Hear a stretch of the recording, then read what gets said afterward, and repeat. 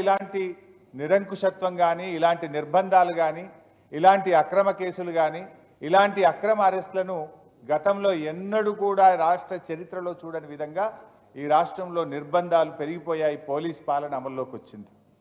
అసలు స్కూళ్ళ ముందు పోలీస్ పికెట్లు చూసామా ఎప్పుడన్నా? గురుకుల పాఠశాలల ముందు పోలీస్ పికెట్ల గురించి ఎన్నడన్నా విన్నామా అని నేను అడుగుతా ఉన్నా. చివరికి ముఖ్యమంత్రి గారి స్వంత గ్రామానికి వెళ్ళాలంటే లోకల్ పోలీస్ స్టేషన్లో అనుమతి తీసుకొని పోవాలన్నట. ఎప్పుడన్నా విన్నామా ఇలాంటి పరిస్థితి? ముఖ్యమంత్రి సొంతూరుకు పోవాలంటే పోలీస్ స్టేషన్లో అనుమతి తీసుకొని పోవాలనేటువంటి నిబంధనలు పెట్టినటువంటి పాలన ఈరోజు ఈ రాష్ట్రంలో చూస్తూ ఉన్నాం. పోలీసుల చేత పోలీసుల కుటుంబాలనే కొట్టించినటువంటి గనుడు ఈరోజు మన రాష్ట్ర ముఖ్యమంత్రి గారు. మీడియాపై ఆంక్షలు విధించాడు. సోషల్ మీడియా పైన ఎన్నో కేసులు పెట్టిస్తూ ఉన్నాడు రేవంత్ రెడ్డి గారు. రాజకీయ కక్షతో బీఆర్ఎస్ పార్టీ నాయకుల మీద, ప్రశ్నించే గొంతుల మీద అనేక తప్పుడు కేసులు పెట్టిస్తూ ఉన్నారు. చివరికి చదువుకునే లైబ్రరీల్లో లాఠీ చార్జీలు, నిరుద్యోగుల కన్నీళ్లతో అశోక్ నగర్ శోకనగరంగా మారిపోయింది. బుల్డోజర్లతో ఇండ్లు కూల్చి పేదల జీవితాలను ఛిద్రం చేసిండు రేవంత్ రెడ్డి గారు. లగచర్ల లంబాడి బిడ్డల మీద 3rd డిగ్రీని ప్రయోగించారు. రేవంత్ పాలనను క్లుప్తంగా చెప్పాలంటే తిట్లు, కోట్లు, ఓట్లు, నోట్లు. ప్రతిపక్షాలకేమో తిట్లు, ప్రజలకేమో కోట్లు, దేవుళ్ళ మీదనేమో ఓట్లు, తాను తన వారికి అక్రమంగా సంపాదించిన నోట్లు. తిట్లు, కోట్లు, ఓట్లు, నోట్లు. ఇది రేవంత్ పాలన.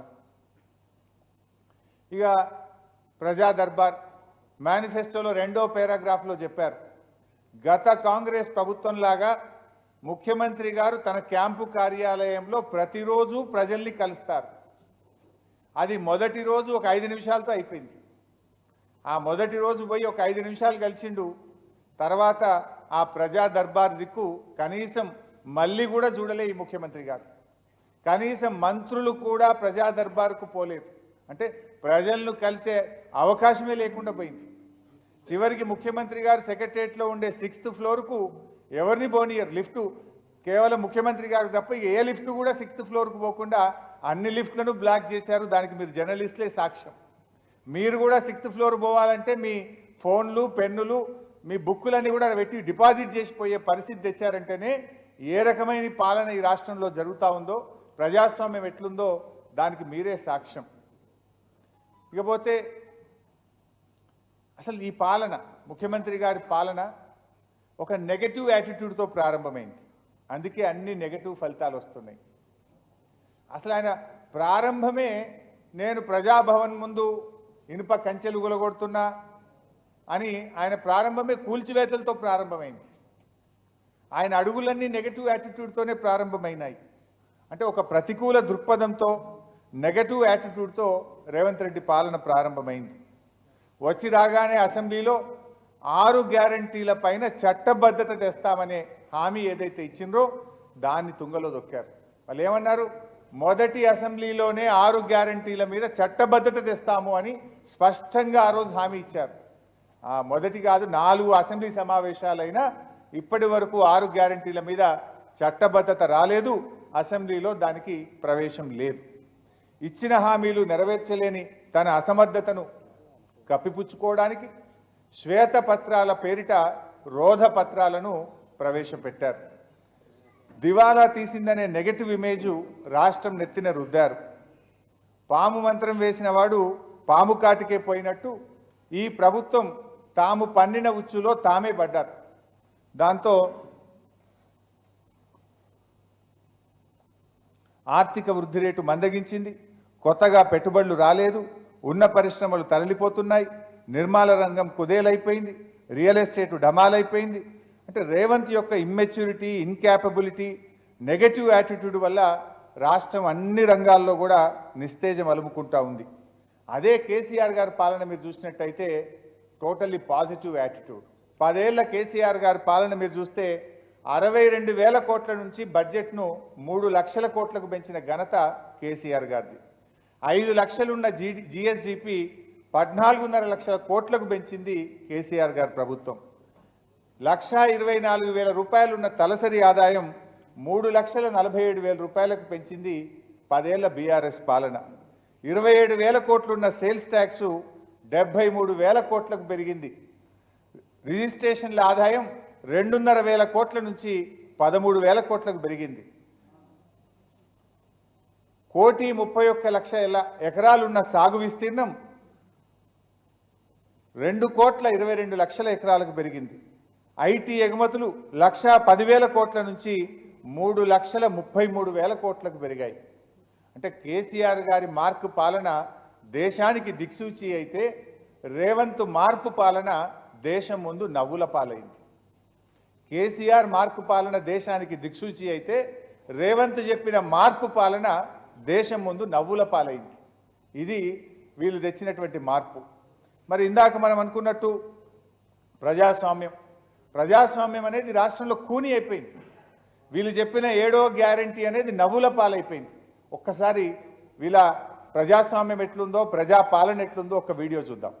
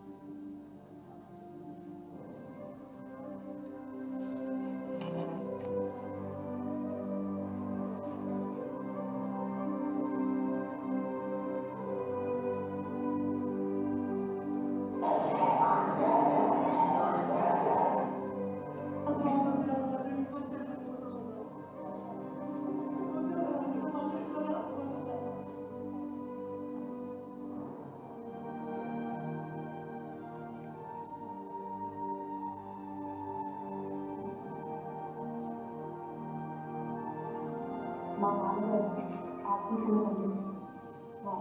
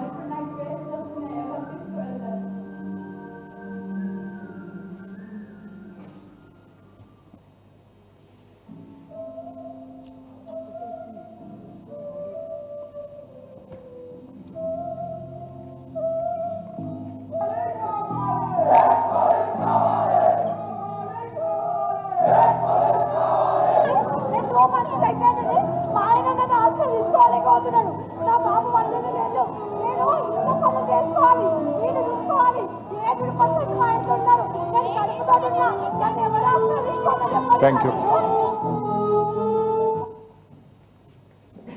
ఈ రకంగా ఇంకా చాలా ఉన్నాయి. కానీ అసలు రోడ్డెక్కని రంగమే లేదు. రైతుల్ని రోడ్డెక్కించారు, నిరుద్యోగుల్ని రోడ్డెక్కించారు, అవ్వా తాతల్ని రోడ్డెక్కించారు, పోలీసులు రోడ్డెక్కించారు, నిరుద్యోగులు రోడ్డెక్కారు. అన్ని వర్గాల ప్రజల్ని కూడా ఈ ఏడాది కాలంలో రోడ్డెక్కించినటువంటి ఘనత రేవంత్ రెడ్డి గారి ప్రభుత్వం. ఇంకా వచ్చి రాగానే అనాలోచిత ప్రకటనలు, ఆగమాగం. గచ్చిబౌలి నుంచి శంషాబాద్ ఎయిర్పోర్ట్కు మెట్రో రైలు రద్దు, ఫార్మా సిటీ రద్దు, హైదరాబాద్లో 10 గంటలకే వాణిజ్య వ్యాపారాలన్నీ బందు, హైడ్రా పేరిట కూల్చివేతల పేరిట అరాచకం. అంటే ఇవన్నీ కూడా ఒక నెగిటివ్ యాటిట్యూడ్. దాంతో ఏమైంది, మొత్తం కూడా వ్యాపార సంస్థలు వెనక్కిపోతా ఉన్నాయి, పెట్టుబడులు వెనక్కిపోతా ఉన్నాయి. దాంతో నాలుక గరుచుకొని అన్నీ తూచి అన్నాడు. లేలే మెట్రో రైలు రద్దు కాదు, రూట్ మార్పు అంటాడు. ఫార్మాసిటీ రద్దు కాదు, కొంత మాత్రమే పెడతా అంటాడు. 10 గంటలకు దుకాణాలు బంద్ అంటాడు. లేలే ఇది మళ్ళీ 1 గంట దాకా పెంచుతా అంటాడు. కానీ ఏమైంది, జరగాల్సిన డ్యామేజ్ జరిగిపోయింది. హైదరాబాద్ బ్రాండ్ ఇమేజ్ ఆగమైపోయింది. పెట్టుబడి పెట్టే సంస్థలు పునరాలోచనలో పడ్డాయి. రేవంత్ యొక్క అపరిపక్వ వైఖరితో రాష్ట్ర ప్రగతి మసకబారింది. పరిపాలనలో కూడా వైఫల్యమే. నిజంగా చెప్పాలంటే ఆగమాగం. మీరు చూస్తే ఇది ఎంత తత్తర బిత్తర ప్రభుత్వం అంటే హైదరాబాద్ నగరానికి సంవత్సరంలో 3 పోలీస్ కమిషనర్లు మారారు, ట్రాన్స్కో సిఎండీలు 4 మారారు, జిహెచ్ఎంసీ కమిషనర్లు 3 మారారు, రంగారెడ్డి కలెక్టర్లు 3 మారారు. ఇట్లా చెప్పుకుంటూ పోతే అంత ఆగమాగం. శాఖల మధ్య సమన్వయం లేదు. ముఖ్యమంత్రి స్వయంగా నిర్వహిస్తున్న విద్య, ఎస్సీ, ఎస్టీ, మైనార్టీ శాఖల్లోనే పరిస్థితులు అత్యంత దారుణంగా అస్తవ్యస్తంగా ఉన్నటువంటి పరిస్థితి. ఇలా పాఠశాలల్లో గురుకుల విద్యార్థులు విష ఆహారం తిని ప్రాణాలు కోల్పోతున్న పరిస్థితి. మద్యం అమ్మకాలు పెరగడం లేదని, ప్రజల్ని ఇంకా మద్యం బాగా తాగించండి 31 మంది ఎక్సైజ్ అధికారులకు మెమోలు ఇచ్చిన ప్రభుత్వం రేవంత్ ప్రభుత్వం. అంటే దీన్ని బట్టి ఒకటి ఏమర్థమవుతుంది, సీఎం రేవంత్ రెడ్డి పరిపాలనలో ఆయనకు కన్విక్షన్ లేదు, కాన్సన్ట్రేషన్ లేదు, కన్సిస్టెన్సీ లేదు అనేటువంటి విషయం చాలా స్పష్టంగా ఈరోజు మనకు అర్థమవుతా ఉంది. చివరికి వరదలు వచ్చినాయి. మీరందరూ ఖమ్మంలో, మహబూబాద్లో వరదలు వస్తే చూశారు. వరద సహాయక చర్యల్లో కూడా ఈ ప్రభుత్వం దారుణంగా ఫెయిల్ అయిపోయింది. 3 మంత్రులు ఉన్న ఖమ్మం జిల్లాలో వరద ముంచెత్తితే సకాలంలో సహాయక చర్యలు చేయలేకపోయారు. చీటికి మాటికి హెలికాప్టర్ ఎత్తారు. భువనగిరి పోయినా హెలికాప్టరే, గజ్వేల్కి పోయినా హెలికాప్టరే, చివరికి నఖరేకల్ పోయినా హెలికాప్టరే. అంటే ఈ ప్రభుత్వంలో ఉన్న పెద్దలు చీటికి మాటికి హెలికాప్టర్ వాడింది కానీ వరదలు వస్తే కనీసం వరద బాధితుల్ని కాపాడడానికి హెలికాప్టర్ కూడా పంపలేనటువంటి చేతగాని ప్రభుత్వం ఈ కాంగ్రెస్ ప్రభుత్వం. చివరికి 3 మంత్రులు ఉన్న ఖమ్మం జిల్లాలో పరిస్థితి ఏంటంటే ఒక బాధ్యత మరిచినటువంటి ఒక మంత్రి సిగ్గు లేకుండా భగవంతుని మీదనే భారం అన్నాడు. భగవంతుడే వాళ్ళని కాపాడాలని చేతులెత్తిండు మంత్రి. అంటే వరదల్లో చిక్కుకున్న 8 మందిని ప్రభుత్వం కాపాడకపోతే స్థానికులు జేసీబీ సహాయంతో ఆ 8 మంది ప్రజలు తమకు తామే కాపాడుకున్న పరిస్థితి. కొంతమంది ఏమో హెలికాప్టర్ రాక ప్రజల్ని కాపాడుకోలేక 7 మొన్నటి వరదల్లో ప్రాణాలు విడిచినారు. 7 ప్రాణాలు పోవడానికి ఈ ప్రభుత్వ వైఫల్యం కారణం. వరద బాధితుల్ని ఆదుకోవడంలో కూడా ప్రభుత్వం చాలా దారుణంగా ఫెయిల్ అయిపోయింది. సబితక్క, నేను, జగదీష్ రెడ్డి గారు, గంగుల కమలాకర్ గారు ఆ రోజు మేము ఖమ్మం వరద బాధితుల్ని పరామర్శించడానికి మా జిల్లా పార్టీ అధ్యక్షులు మధు గారు, ఖమ్మం జిల్లా నాయకత్వం పిలిస్తే మేము అక్కడికి వెళ్తే మా మీద దాడి. పైగా వరద సహాయక చర్యలు చేపట్టకపోగా వరద బాధితుల్ని కాపాడుకోలేక పరామర్శించడానికి వెళ్ళిన బీఆర్ఎస్ నాయకత్వం మీద రాళ్ల దాడి చేసినటువంటి ప్రభుత్వం ఈ కాంగ్రెస్ ప్రభుత్వం. ఇక లా అండ్ ఆర్డర్ అయితే ఈ రాష్ట్రంలో పూర్తిగా ఫెయిల్ అయిపోయింది. ప్రశాంతతకు చిరునామాగా ఉన్న తెలంగాణ నేడు అశాంతితో అలజడితో అట్టుడికిపోతా ఉంది. 10 ఏళ్ల కేసీఆర్ గారి హయాంలో ఎక్కడా మత కలహాలు లేవు. రేవంత్ ఏడాది పాలనలో 9 చోట్ల మత కలహాలు జరిగాయి. 9 చోట్ల మత కలహాలు జరిగాయి. రాష్ట్రంలో ఎన్నడూ లేని విధంగా రాజకీయ కక్ష సాధింపు చర్యలు జరుగుతూ ఉన్నాయి. క్రైమ్ రేట్ విపరీతంగా పెరిగిపోయింది. హత్యలు పెరిగాయి. అత్యాచారాలు నిత్యకృత్యం అయిపోయినాయి. చివరికి ముఖ్యమంత్రి గారి స్వంత గ్రామం, ఇందాక మన వీడియోలో చూసాం, కొండారెడ్డిపల్లి మాజీ సర్పంచ్ సాయిరెడ్డి గారు రేవంత్ రెడ్డి బ్రదర్స్ వల్ల నేను చనిపోతా ఉన్నా, వాళ్ళ వేధింపులు తట్టుకోలేక నేను చనిపోతున్నానని సూసైడ్ నోట్ రాసి మాజీ సర్పంచ్ సాయిరెడ్డి గారు చనిపోతే ఈ రోజు వరకు చర్యలు లేవు, విచారణ లేదు. అంటే చట్టం కాంగ్రెస్ పార్టీకి చుట్టమైపోయింది. ఈ చట్టం గాంధీ భవన్లో ఆధారంగా ఈ రాష్ట్రంలో ఈరోజు చట్టం అమలవుతా ఉంది. ఎవరి మీద కేసులు పెట్టాలనో, ఏ సెక్షన్లు పెట్టాలనో, ఎఫ్ఐఆర్ ఎప్పుడు ఇవ్వాలనో గాంధీ భవన్లో ఇచ్చే సూచనల మీద ఈరోజు రాష్ట్రంలో చట్టం పనిచేస్తున్నటువంటి పరిస్థితి. అంటే పరిపాలన మీద పట్టులేక, శాంతి భద్రతల్ని సరిగ్గా నిర్వహించలేక, హోంమంత్రిగా కూడా ముఖ్యమంత్రి స్వయంగా ఉండి ఈరోజు శాంతి భద్రతల్ని కాపాడడంలో పూర్తిగా ఈ ప్రభుత్వం ఫెయిల్ అయిపోయింది. శాంతి భద్రతల వైఫల్యం వల్ల కూడా ఈరోజు రాష్ట్రంలో పెట్టుబడులు పెట్టడానికి అనేక మంది ముందుకు రాక వెనక్కి వెళ్ళిపోతున్నటువంటి పరిస్థితి ఉంది. ఇకపోతే 6 గ్యారెంటీల విషయంలో మనందరికీ తెలుసు. 10 ఏళ్ల కేసీఆర్ గారి పాలన చూశాం. ఎన్నికల ముందు హామీ ఇచ్చిన కేసీఆర్ గారు అనేక పథకాలు అమలు చేశారు. హామీ ఇవ్వకుండా అనేక పథకాలు అమలు చేశారు. ఎన్నికల్లో చెప్పని రైతు బంధును తెచ్చింది కేసీఆర్. ఎన్నికల్లో చెప్పకపోయినా కేసీఆర్ కిట్టును తెచ్చారు. కళ్యాణ లక్ష్మి పథకాన్ని తెచ్చారు. రైతు బీమాను తెచ్చారు. ఇలా ఎన్నో పథకాలను ప్రజలకు ఓట్ల సందర్భంగా వాగ్దానం చేయకపోయినా ప్రజల అవసరాలను గుర్తించి చేసిన నాయకుడు కేసీఆర్ అయితే, ఎన్నికల సందర్భంగా ఆపద మొక్కులు మొక్కి బాండు పేపర్ల మీద రాసిచ్చి 100 రోజుల్లో అమలు చేస్తామని ప్రజల్ని మోసం చేసిన సర్కార్ రేవంత్ రెడ్డి సర్కార్. ఎన్నికల్లో హామీ ఇవ్వకపోయినా చేసిన నాయకుడు కేసీఆర్ అయితే, బాండు పేపర్ల మీద రాసిచ్చి మోసం చేసిన నాయకుడు రేవంత్ రెడ్డి. ఇగో ఇది నక్కకు నాగలోకానికి ఉన్నంత తేడా. 10 ఏళ్ల బీఆర్ఎస్ పాలన సంక్షేమ రంగంలో స్వర్ణయుగాన్ని సృష్టించింది. కానీ రేవంత్ పాలన సంక్షేమాన్ని సర్వనాశనం చేసింది.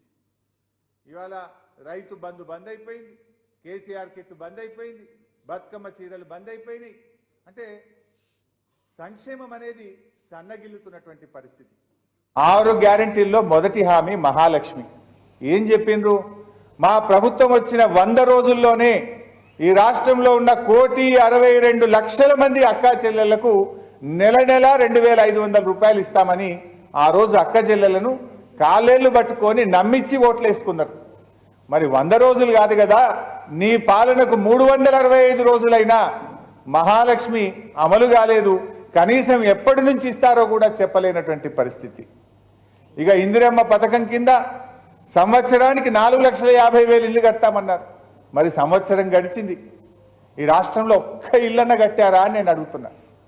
కూల్చిన ఇండ్లే తప్ప ఏడాది పాలనలో కట్టిన ఒక్క ఇల్లు కూడా లేదు.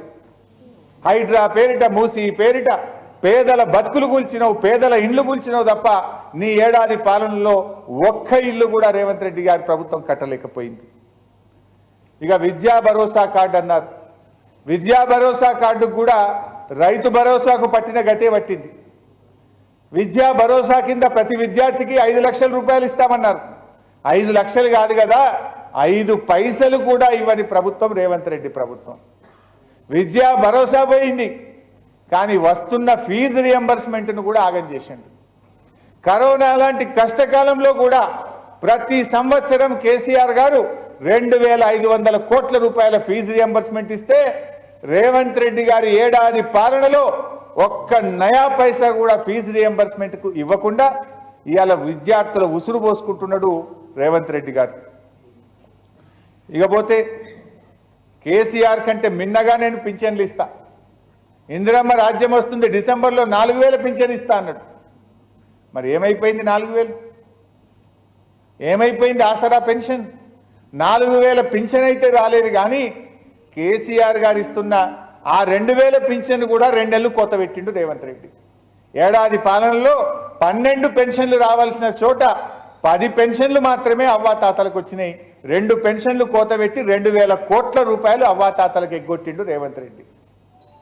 అంటే ముసలోళ్లను కూడా ముంచుతున్న ముదనష్టపు సర్కార్ ఈ కాంగ్రెస్ సర్కార్. దివ్యాంగులను కూడా ఢోకా చేస్తున్న దిక్కుమాలిన సర్కార్ ఈ కాంగ్రెస్ సర్కార్. ఇక కాంగ్రెస్ పార్టీ అమలు చేసింది ఒకటే ఒక్క పథకం, బస్సుల్లో, ఆర్టీసీ బస్సుల్లో ఉచిత ప్రయాణం. అయితే బస్సుల సంఖ్యను తగ్గించడంతో మహిళలు, పిల్లలు, పురుషులు కూడా పడరాని పాటలు పడుతున్నారు. బస్సులో కాలు పెట్టడానికి జాగలేదు. పథకం తెచ్చారు, బాగుంది. బస్సుల సంఖ్య పెంచుతారా, దించుతారా? సంఖ్య పెంచలేదు కదా, బస్సుల సంఖ్యను దించిండ్రు. ఆర్టీసీ బస్సు, ఆర్డినరీ బస్సులను సూపర్ లగ్జరీ డిలక్స్ బస్సులుగా అప్గ్రేడ్ చేసి ఉచిత ప్రయాణానికి ఎగ్గొట్టే ప్రయత్నం చేస్తున్నారు. ఇక ఇప్పుడు ఏమైపోయింది? ఆ హామీలు ఏమైనాయని ప్రజలు ఎవరన్నా అడిగితే ఈ హామీలు అమలు చేయలేక దుష్ప్రచారానికి దిగుతున్నారు. నేను శాసనసభలో చెప్పాను, బడ్జెట్ సమావేశాల్లో మీరు 7 లక్షల కోట్ల అప్పు అని చేస్తున్న గోబల్స్ ప్రచారం తప్పు. 10 ఏళ్ల బీఆర్ఎస్ పాలనలో కరోనాతో సహా అదేవిధంగా విద్యుత్తు అప్పులు కేంద్రం బలవంతంగా మన మీద రుద్దిన అప్పులతో సహా 4,26,000 కోట్లు మాత్రమే అని చెప్పాం. ఇది నేను బయట చెప్పలే, శాసనసభలో చెప్పాం. కానీ వీళ్ళు హామీలు అమలు చేసేతగాక 7 లక్షల కోట్ల అప్పు అని ఒక గోబల్స్ ప్రచారానికి పాల్పడతా ఉన్నారు. 10 ఏళ్లలో బీఆర్ఎస్ ప్రభుత్వం కరోనా లాంటి క్లిష్టమైన సమయంతో సహా 4,26,000 కోట్ల అప్పు చేస్తే రేవంత్ రెడ్డి గారు ఒక్క ఏడాదిలోనే 1,00,000 కోట్లు దాటింది. ఈయన చేసిన అప్పు 1,00,000 కోట్లు దాటింది. అంటే నువ్వు 5 ఏళ్లలో 5 లక్షల కోట్ల అప్పు దాటుతుంది నీది. 10 ఏళ్లలో బీఆర్ఎస్ ప్రభుత్వం చేసింది 4,26,000 కోట్లు అయితే నువ్వు 5 ఏళ్లలోనే 5 లక్షల కోట్లు దాటుతున్నావు. నువ్వా మమ్మల్ని విమర్శించేది? ఎన్నికలప్పుడు కొంతమంది క్వశ్చన్లు వేసినారు, మీరు ఇన్ని హామీలు ఇస్తున్నారు కదా, ఈ హామీలన్నీ ఎట్లా అమలు చేస్తారు, ఇవి ఆచరణ సాధ్యమా అంటే ఈరోజు ఆర్థిక మంత్రిగా ఉప ముఖ్యమంత్రిగా ఉన్న బట్టి విక్రమార్కనే చెప్పిండు, కాంగ్రెస్ పార్టీకి ఆస్తులు ఎట్లా పెంచాలనో ఆదాయం ఎట్లా పెంచాలనో బాగా తెలుసని మాట్లాడిండు. ఒక్కసారి ఆ వీడియో చూద్దాం. కోసం రకరకాల హామీలు ఇచ్చారు, కానీ ఆ హామీలు నెరవేర్చడానికి అయ్యే ఖర్చు ఇప్పుడు రాష్ట్ర ఆదాయం కన్నా 3 ఉంది. ఆదాయాన్ని సమకూర్చుకోవటంలో అపారమైనటువంటి అనుభవం ఉన్నటువంటి కాంగ్రెస్ పార్టీకి ఇది పెద్ద సమస్య కాదు. కోసం రకరకాల హామీలు ఇచ్చారు, చాలండి. కానీ ఆ హామీలు నెరవేర్చిన ఆయన ఎంత బాగా చెప్పిండు, మా కాంగ్రెస్ పార్టీకి ఆదాయం పెంచుకోవడం బాగా అలవాటట. ఆదాయం పెంచుకున్నారు, మీ ఆదాయం పెంచుతున్నారు తప్ప రాష్ట్ర ఆదాయం పెంచుతలేరు మీరు. మీ అలవాటు మీ సొంత ఆదాయాలు పెంచుతున్నారు, మీ ఆస్తులు పెంచుకుంటున్నారు, రాష్ట్ర ఆదాయం పెంచలే మీరు. ఇక ఇరిగేషన్ రంగం అసలు వచ్చి రాగానే ఆదిలోనే హంసపాద్ అన్నట్టు 10 ఏళ్ల పాటు కేసీఆర్ గారు కృష్ణా నది మీద మన ప్రాజెక్టులు మన రాష్ట్రం యొక్క పరిధిలో ఉండేటట్టు కాపాడింది. కానీ వీళ్ళు వచ్చి రాగానే కేఆర్ఎంబీకి అప్పచెప్పింది. మళ్ళీ కేసీఆర్ గారు బయలుదేరితే భయపడి అసెంబ్లీలో తీర్మానం చేసింది తప్ప మీకు రాష్ట్రము రాష్ట్ర ప్రయోజనాలు ఈ ప్రాజెక్టులు కాపాడే సోయి కూడా లేకుండా పోయింది. అయితే ఈ మధ్య మీరు చూస్తున్నారు 1,53,00,000 పంట పండింది, ఇదేదో మా కాంగ్రెస్ పార్టీ ఘనత అని ఈ మధ్య మాట్లాడుతున్నారు మంత్రులు. మరి 1,53,00,000 పంట పండితే మా ఘనత అంటున్నారు కదా. 2014 కంటే ముందు 50 ఏళ్ళు ఈ రాష్ట్రాన్ని పాలించింది కాంగ్రెస్, 16 ఏళ్ళు పాలించింది నువ్వు ఉన్న తెలుగుదేశం పార్టీ. 66 ఏళ్ల కాంగ్రెస్ తెలుగుదేశం పాలనలో 2014-15కు ముందు ఈ రాష్ట్రంలో పండిన వరిధాన్యం ఎంత అంటే 68 లక్షల మెట్రిక్ టన్నులు.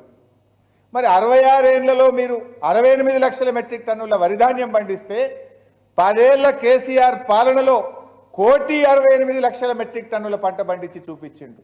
అంటే 10 ఏళ్లలో కేసీఆర్ గారి ప్రభుత్వం 1,00,00,000 మెట్రిక్ టన్నుల పంట పెంచింది. 66 ఏళ్లలో మీరు పండించింది 68 లక్షల మెట్రిక్ టన్నులు అయితే 10 ఏళ్లలో దాన్ని 1,68,00,000 మెట్రిక్ టన్నులకు తీసుకుపోయిన ఘనత బీఆర్ఎస్ పార్టీ. అంటే ఏం చేయకపోతేనే 1,68,00,000 మెట్రిక్ టన్నుల పంట పండిందా? ఏమైనా మ్యాజిక్ చేస్తేనో మంత్రం వేస్తేనో 1,68,00,000 పంట పండిందా? మిషన్ కాకతీయ కింద చెరువులు బాగా చేసినాం, అన్ని ప్రాజెక్టుల కాలువల ద్వారా తూములు పెట్టి చెరువులకు అనుసంధానం చేసి ప్రాజెక్టు నీళ్లతో చెరువులు నింపే ప్రయత్నం చేశాం. రైతులకు 24 గంటల నాణ్యమైన కరెంట్ ఇచ్చాం. అన్ని వాగుల మీద 1,200కు పైగా చెక్ డ్యాములు కట్టాం. రైతు బంధు పథకాన్ని తెచ్చి రైతుకు భరోసానిచ్చాం.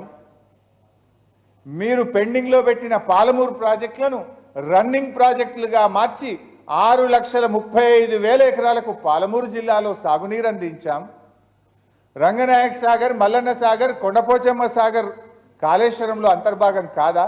ఆ ప్రాజెక్టుల ద్వారా కాలువల ద్వారా చెరువులు నింపి చెక్ డ్యాములు నింపి బ్రహ్మాండంగా పంటలు పండించే ప్రయత్నం చేశాం.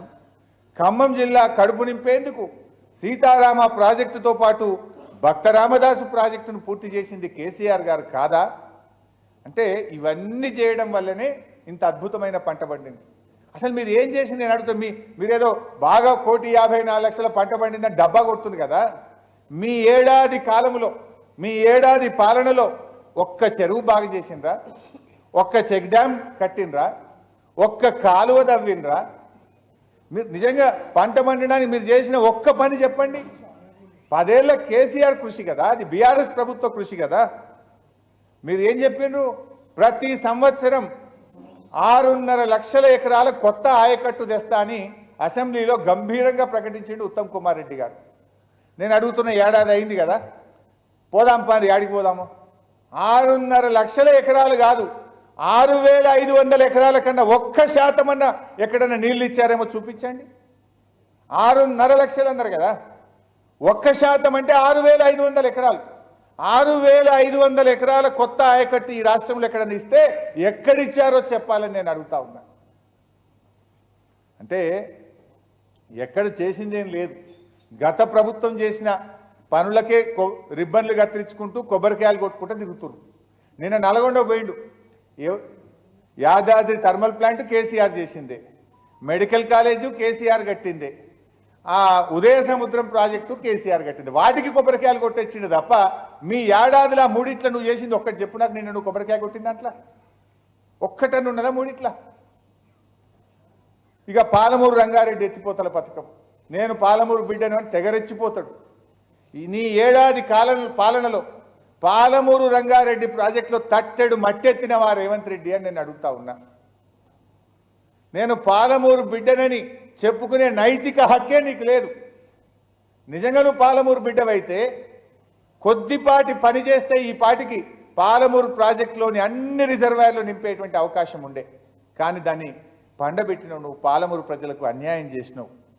అంటే దీన్ని బట్టి ఒక లైన్లో చెప్పాలంటే కేసీఆర్ పాలనలో ఇరిగేషన్ పెరిగింది, రేవంత్ పాలనలో ఇరిటేషన్ పెరిగింది. అంతకు మించి ఇరిగేషన్ అయితే ఎక్కడ ఒక ఎకరం పెరిగింది అయితే లేదు. ఇక రైతులు, రేవంత్ పాలనలో రైతుల గురించి చెప్పాలంటే రేవంత్ పాలనలో రైతు సంక్షేమానికి రాహుకాలం పట్టింది, వ్యవసాయానికి గ్రహణం పట్టింది. రుణమాఫీ మీ అందరికీ బాగా తెలుసు. ఆ రోజు ఏం చెప్పారు? పరిగెత్తండి, కొత్త లోన్లు తెచ్చుకోండి, మేము రాగానే డిసెంబర్ 9 తారీఖు నాడే రుణమాఫీ చేస్తామని చెప్పారు. మొదటి సంతకం రుణమాఫీ మీదనే పెడతామన్నారు. తానైతే ప్రమాణ స్వీకారం చేసిండు 7వ తారీఖు నాడు. కానీ రైతులకు చేసిన ప్రమాణం మాత్రం మర్చిండు. డిసెంబర్ 9 నాడే రుణమాఫీ చేస్తా అని ప్రమాణం చేసిండు. 7వ తారీఖు తన ప్రమాణ స్వీకారం అయింది తప్ప రైతులకు చేసిన ప్రమాణం మాత్రం మర్చిపోయింది. బీఆర్ఎస్ పార్టీ మేము వెంబడబడ్డాం, పదే పదే ప్రశ్నించినాం. మేము ప్రశ్నిస్తే మా సవాల్ స్వీకరించి 15 ఆగస్టు కల్లా ఈ రాష్ట్రంలో రైతు రుణమాఫీ పూర్తి చేస్తా అని చెప్పిండు. ఏం జరిగిందో రాష్ట్రంలో ఉండే రైతులకు తెలుసు, మీకు కూడా తెలుసు. కనిపించిన దేవుడి మీదల్లా ఒట్లు పెట్టిండు. కనబడితే ఒట్టే. ఇక ఇందాక చెప్పిన కదా రేవంత్ పాలనలో ఏం జరిగిందంటే ఒట్లు, కొట్లు, తిట్లు, నోట్లు, ఇంతకు మించి ఏం లేదు. కనబడ్డ దేవుడి మీదల్లా ఒట్లు పెట్టిండు. ఈయన ఎట్లాంటివాడంటే 4 కోట్ల ప్రజల్ని మోసం చేసిన రేవంత్ రెడ్డి గారికి 3 కోట్ల మంది దేవతల్ని మోసం చేయడా ఈయనకో లెక్కనా నేను అంటా ఉన్నా. ఆ దేవుళ్ళని కూడా మోసం చేసిండు. ఉన్నవాళ్ళు అంటుండు భూకంపం అందుకే వచ్చింది, సమ్మక్క సారక్కది కూడా వచ్చింది అంటున్నారు. ఇవాళ నిప్పు లాంటి నిజం ఏంటంటే ఈరోజు కూడా మన రాష్ట్రంలో 50% మంది రైతులకు రుణమాఫీ కాలేదు కాలేదు కాలేదు. ఏ ఊరికి పోయినా సరే ఇంకా 50% మంది రైతులు మిగిలే ఉన్నారు. 31 రకాల సాకులు పెట్టి ఎట్లా రుణమాఫీని ఎగ్గొట్టాలని చూసిండు తప్ప రేవంత్ రెడ్డి ఎట్లా రైతులకు రుణమాఫీ చెయ్యాలని ఆలోచన చేయలే. స్టేట్ లెవెల్ బ్యాంకర్ మీటింగ్లోనేమో 49,500 కోట్లు రుణమాఫీకి అవసరమని చెప్పారు. క్యాబినెట్ మీటింగ్లోనేమో 31,000 కోట్లు అని చెప్పారు. చివరికి ఇచ్చిందేమో 17,000-18,000 కోట్లు మాత్రమే. 49,500 పోయి 31,000 అయింది. 31,000 పోయి ఇచ్చిందేమో 17,000-18,000 కోట్లు. ఇంకా రుణమాఫీ అయిపోయిందని డబ్బా కొడుతున్నారు. సగం కూడా చేయలే మీరు. ఇవాళ ఈ రకంగా రైతులను దారుణంగా మోసం చేసినటువంటి పరిస్థితి. ఈ విషయం నేను అడుగుతున్నా. చాలాసార్లు మీరు కూడా ప్రెస్ మీట్లో చూశారు, సాక్ష్యాలతో సహా. ఒక రైతు సురేందర్ రెడ్డి ఆత్మహత్య చేసుకున్నాడు. తల్లిది తనది ఒక రేషన్ కార్డులో ఉన్నందుకు రుణమాఫీ కాలేదని సురేందర్ రెడ్డి అనే రైతు దుబ్బాక మండలం చిట్టాపూర్ గ్రామానికి చెందిన రైతు చనిపోతే మేము ప్రశ్నించాం. రేషన్ కార్డు నిబంధన పెట్టి కుటుంబ బాంధవ్యాలను తెంపుతున్నావు, కుటుంబాల మధ్య చిచ్చు పెడుతున్నావు. ఇది అన్యాయం రేవంత్ రెడ్డి అని మేము ప్రశ్నించే ప్రయత్నం చేశాం.